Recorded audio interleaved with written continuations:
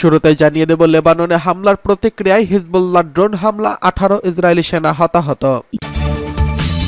জানিয়ে দেব যুদ্ধের নতুন পরিকল্পনা তৈরি করছেন জেলেনস্কি, রাশিয়ার সঙ্গে যুদ্ধ বন্ধ করতে চায় ইউক্রেন। এদিকে গাজার গভীরে ঢুকেছে ইসরায়েলি ট্যাঙ্ক, লড়ছে হামাস যোদ্ধারা। জানিয়ে দেব নতুন অস্ত্রের উৎপাদনের দাবি উত্তর কোরিয়ার, বলছে বিবিসির প্রতিবেদন। সর্বশেষ জানিয়ে দেব আসন্ন মার্কিন প্রেসিডেন্ট নির্বাচন, প্রার্থিতা প্রত্যাহারের চাপে পড়ল বাইডেন। লেবাননের হামলার প্রতিক্রিয়ায় হিজবুল্লাহ ড্রোন হামলা, 18 ইসরায়েলি সেনা আহত।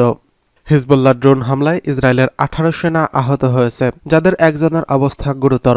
ইসরায়েলি প্রতিরক্ষা বাহিনী আইডিএফ জানিয়েছে রবিবার গ্যালিলি ও উত্তর গোলানে হিজবুল্লাহ একাধিক ড্রোন পাঠায়, যার মধ্যে একটি বিস্ফোরক বোঝাই ড্রোন রোমম অঞ্চলে গোলানে আঘাত হানে। গত কয়েকদিন ধরে হিজবুল্লাহ ইসরায়েলের বিভিন্ন অবৈধ বসতি লক্ষ্য করে বিস্ফোরক ড্রোন, ট্যাঙ্ক বিধ্বংসী ক্ষেপণাস্ত্র এবং রকেট ছুড়েছে। হিজবুল্লাহ নিশ্চিত করেছে যে রবিবারের হামলায় লেবাননে ইসরায়েলি বাহিনী আক্রমণের জবাবে এটা করা হয়েছে।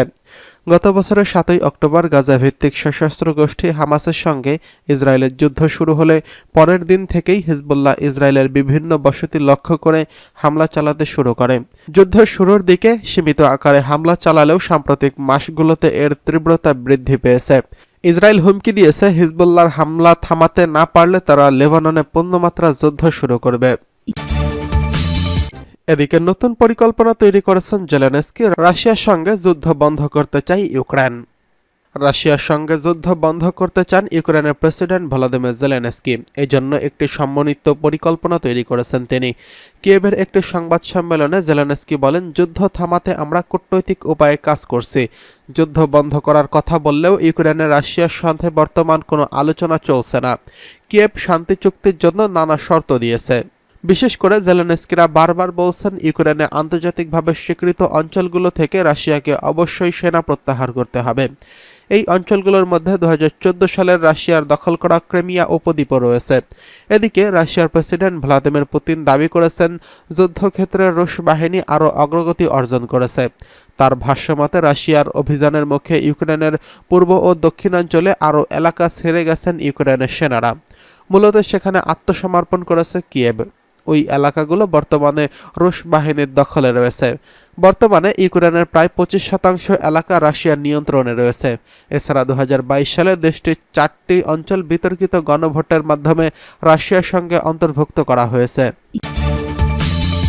এদিকে গাজার গভীরে ঢুকেছে ইসরায়েলি ট্যাঙ্ক, লড়ে যাচ্ছে হামাস। যুদ্ধবিরতি আলোচনায় দৃশ্যত কোনো অগ্রগতি নেই। অবরুদ্ধ গাজা উপত্যকায় এখন সমানতালে চলছে ইসরায়েলি আগ্রাসন। হামাস সহ ফিলিস্তিনি প্রতিরোধ গোষ্ঠীগুলো লড়াই চালিয়ে যাচ্ছে সাধ্যমতো। তীব্র প্রতিরোধের মুখে পিছু হটছে না ইসরায়েলি বাহিনী। এবার তারা গাজায় আরও গভীরে প্রবেশ করার চেষ্টা করেছে। বিশ্ব গণমাধ্যমের খবরে বলা হয়েছে ইসরায়েলি বাহিনীর গাজার উত্তরাঞ্চলীয় শেজাইয়া ও দক্ষিণাঞ্চলীয় রাফা ও পশ্চিম ও মধ্যাঞ্চলের ট্যাঙ্ক নিয়ে আরও গভীরে ঢুকে পড়েছে। রবিবার মন্ত্রিসভার বৈঠকে ইসরায়েলের প্রধানমন্ত্রী বেঞ্জামিন নেতানিয়াহু আবারও নিজের অবস্থান ব্যক্ত করেছেন। তিনি বলেছেন হামাসের বিরুদ্ধে জয় ছাড়া কোনো বিকল্প নেই। নেতানিয়াহু বলেছেন সেনারা রাফার শেজাইয়ায় অভিযান চালাচ্ছে। গাজার সবখানেই তারা অভিযান চালাচ্ছে। প্রতিদিন অনেক সন্ত্রাসীকে মারা হচ্ছে।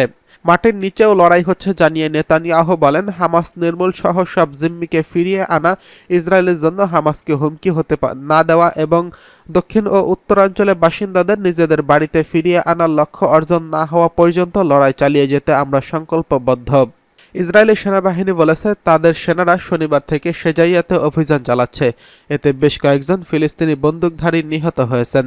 হামাসের সামরিক শাখা ও ইসলামিক জিহাদ শেজাইয়া ও রাফাতে তুমুল লড়াইয়ের কথা জানিয়েছেন। তাদের দাবি করা হয়েছে তাদের যোদ্ধারা ইসরায়েলি সেনাবাহিনীকে লক্ষ্য করে ট্যাঙ্ক বিধ্বংসী রকেট ও মর্টার নিক্ষেপ করেছে। গত বছর 7 অক্টোবর থেকে গাজায় হামাস ও ইসরায়েলের লড়াই চলছে। হামাস পরিচালিত স্বাস্থ্য মন্ত্রণালয় জানিয়েছে ইসরায়েলি হামলায় এখন পর্যন্ত 38,000-এরও বেশি ফিলিস্তিনি নিহত হয়েছেন।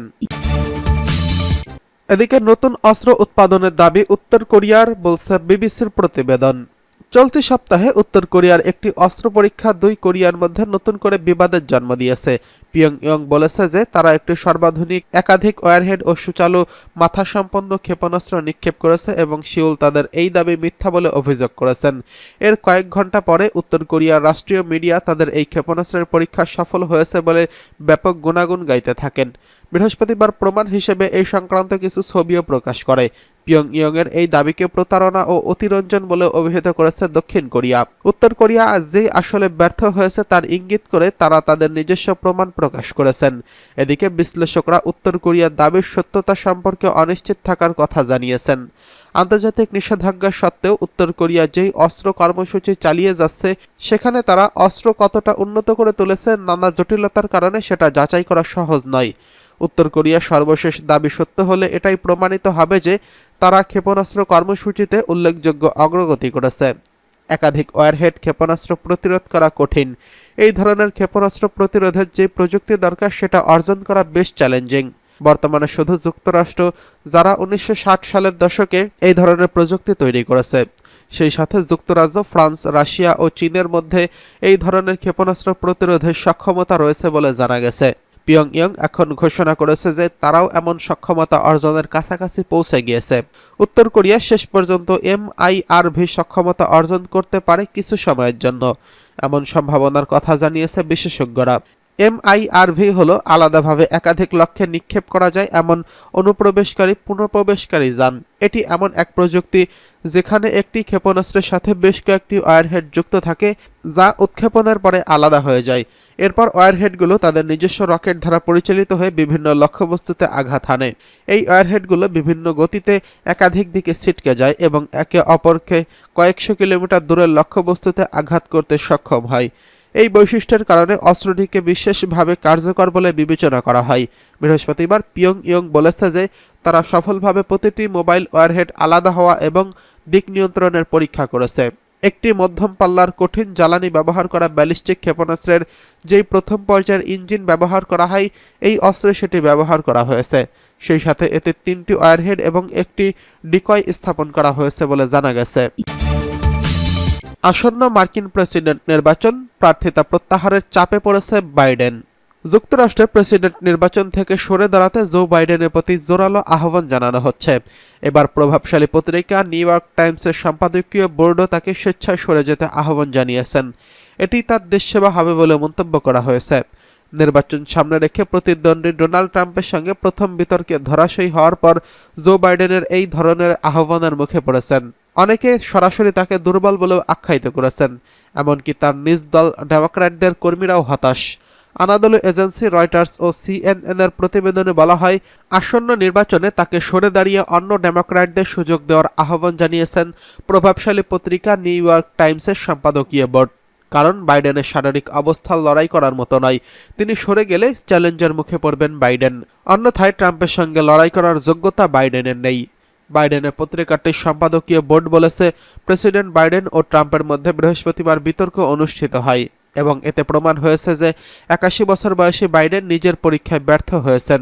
এতে বলা হয়, বাইডেন এখন সবচেয়ে বড় ও যে জনসেবা করতে পারেন সেটা হলো ঘোষণা করা যে তিনি আর নির্বাচনে প্রতিদ্বন্দ্বিতা চালিয়ে যাবেন না।